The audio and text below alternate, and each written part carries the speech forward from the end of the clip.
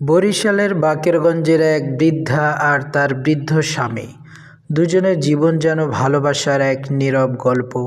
বয়সের ভারে নুয়ে পড়া শরীর, তবুও ভালোবাসার শক্তিতে আজও একে অপরের পাশে অটল তারা।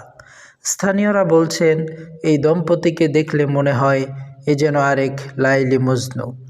বহু বছর ধরে অসুস্থ স্বামীর দেখাশোনা করে চলেছেন ওই বৃদ্ধা। স্বামীর খেদমত করে জান্নাতে যেতে চায় সে।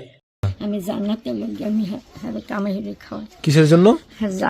আমি জান্নাত যাইতে পারি, যেন আমার স্বামীর উসিলায় যেন আমি জান্নাত যাইতে পারি, সেই জন্য আপনি তারা কামাই করে খাওয়ান? হয় হয়। কত মানুষ আগিয়ে যায়, সন্তান থই আগিয়ে যায়, কষ্ট দেখে যায়। আমি জীবনে আমি যাই না।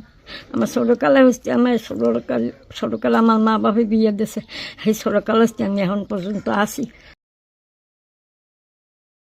নিজের বয়সে ভারাক্রান্ত, তবুও স্বামীর খাবার, ওষুধ আর যত্নে কোনো ঘাটতি রাখেন না।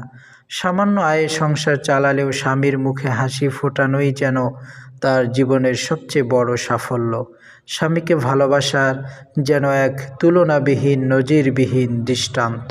Abu Sufiyan, inside BD.